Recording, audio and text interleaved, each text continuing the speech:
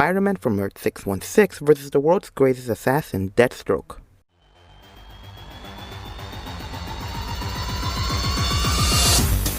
Miles Morales is just your ordinary kid, until one day while visiting his uncle he was bitten by a radioactive spider. At first, the effects of the bite were only negative, so much so that he even fainted. After he awoke, he could immediately tap into his new powers, which included super agility and the ability to camouflage himself to his surroundings. Naturally, he was a little scared of his newly gained abilities, so he went to his best friend Lee to try to make sense of what they could mean. After some research, both Lee and Miles concluded that his new powers, which now included wall crawling, were extremely similar to those of Spider-Man. But unlike Spider-Man, Miles didn't really want to be a hero. It would take months and the death of Spider-Man for Miles to put on a suit and start fighting crime.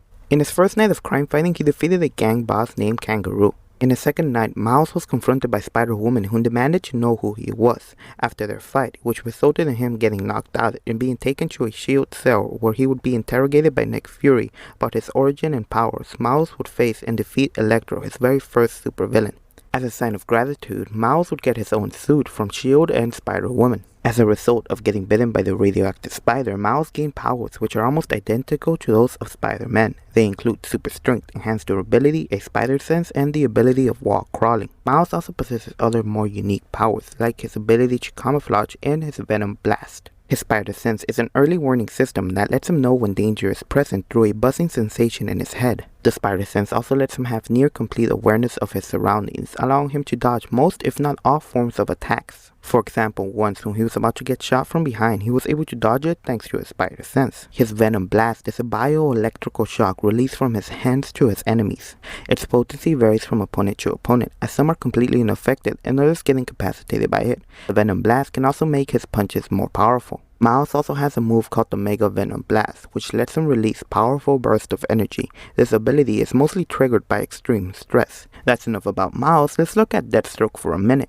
At the young age of 17, Slade would join the army where he would show great skills in combat. His skills were so great in fact that he would be specifically picked for a special unit that was created to fight against metahuman threats. During one of their many missions, Slade would be severely injured, and in order to save his life, he had to go through an experimental operation which didn't only save his life but also enhanced his physical abilities, making him a super soldier. It was also during this time that he would get married and have a kid. After the unit was disbanded, Slade adopted the name Deathstroke and started working as a mercenary for hire. Eventually, he would be known as the world's greatest assassin. During the War of Jokes and Riddles, Deathstroke joined the Riddler's team against the Joker for control over Gotham City and the rights to kill Batman. The experimental operation also activated a dormant meta gene which increased Deathstroke's brain activity. It was once stated by Batman that he's capable of using 90% of his brain. He also gained other abilities like an accelerated healing factor, enhanced physical attributes and senses. His healing factor is so fast that it's capable of closing wounds in seconds. For him to fully heal, it could take anywhere from minutes to hours depending on the severity of the injury. Deathstroke's senses are far superior to those of a regular human. For example, once while he was temporarily blind, he was able to fight and swiftly move through a building without any trouble. So who wins and why? Let's analyze Miles and Deathstroke some more and compare feats to feats, but before we do, there are going to be some rules. The first round will be a normal battle with their standard gear. However, in the second round, both Spider-Man and Deathstroke will not have access to any other gear. The battle will also mainly focus on these categories. Any other notable feats or attributes will go into their X factor. With that being said, let's get started. In the first category, which is strength, Miles has been able to carry the Rhino and swing with him through the city. He's also effortlessly flipped over a cop car and lifted a box truck which can weigh anywhere from 4 to 13 tons. His punches are also pretty strong, as he's been able to punch a hole through a metal safe and was able to knock out Armadillo, a supervillain who was previously shown being able to destroy cars. Deathstroke doesn't really have a lot of strength feats, but the ones he does have are pretty impressive. For example, he can cut people in half pretty easily and can pick up giant pieces of stone like they're nothing. Even if he isn't wearing his armor, he's still pretty strong, as he's been able to destroy a helmet with just his elbow. His best feat, however, was when he was able to push a sword handle through another human's head. But even with this very impressive feat, Deathstroke still loses the strength category to Spider-Man. Miles' durability is just as good, if not better than his strength. He's been able to take multiple hits from the Rhino, which are strong enough to break concrete. He's also taken a full force charge from Ultimate Rhino without taking much damage. He's also survived energy attacks and heat blasts, which are powerful enough to melt Iron Man's armor. He's even withstood having 2 missiles explode right behind him. Deathstroke's durability isn't bad either. He's capable of surviving different size explosions like from an RPG and one that's big enough to destroy an entire building. He's also survived having a submarine dropped on top of him. His best durability feat, however, was when he was capable of surviving multiple punches from Lobo, who was previously shown capable of punching his hand through a human head. Deathstroke's capable of withstanding so much punishment thanks to his knit metal armor, which is stated by Hawkman to increase the user's natural strength and other abilities. Due to this, Deathstroke takes the durability category into the fact that he still has a more powerful suit of armor which increases his durability even more. When it comes to their speed, Miles has shown that he can easily dodge gunfire on multiple occasions. He's also capable of dodging Spider-Man's webbing, and can easily run fast enough to catch up to a plane as it's taking off. Deathstroke's also able to dodge gunfire. He's even capable of dodging bullets at close range. He's so fast in fact that he can catch an arrow before it hits him and can cut one in mid-air as well.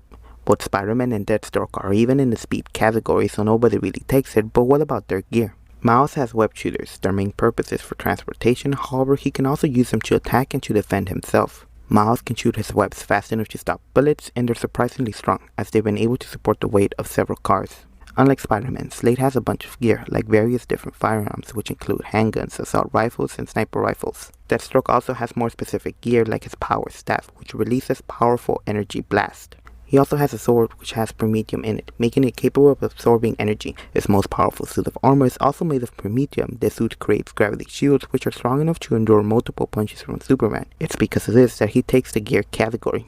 Let's look at their fighting skills. In this category, Miles doesn't really have any form or training of any sorts. The little bit which he does know is from watching the previous Spider-Man fight, and he also knows a little bit of Drunk Fu, which he only learned from watching old Kung Fu movies. On the other hand, Deathstroke is a master in martial arts. He's faced and defeated other skilled fighters such as Batman and Bronze Tiger. The last category we're going to be looking at is their X Factor. Miles has his Venom Blast, a move in which he releases electricity from his hands. It's powerful enough to knock out the Rhino and Fin Fang Foom. His blast can even become more powerful in a move called the Mega Venom Blast, which are powerful enough to knock out an entire room of ninjas. Deathstroke's X Factor is his genius intelligence, which is stated to be better than his sword. He's easily equal to Batman when it comes to tactical analysis. When we look at everything they've been able to accomplish, who wins and why, I'm going to give the first round to Deathstroke, as he does have the better durability, gear, and is a more experienced fighter.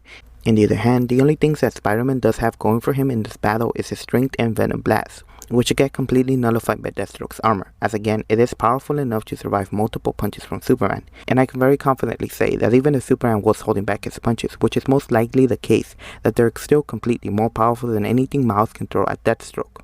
Deathstroke might not even really need to use his Icon suit to defeat Miles. He could very well just use his knit metal armor, which is still pretty durable, but not to the extent of the Icon suit.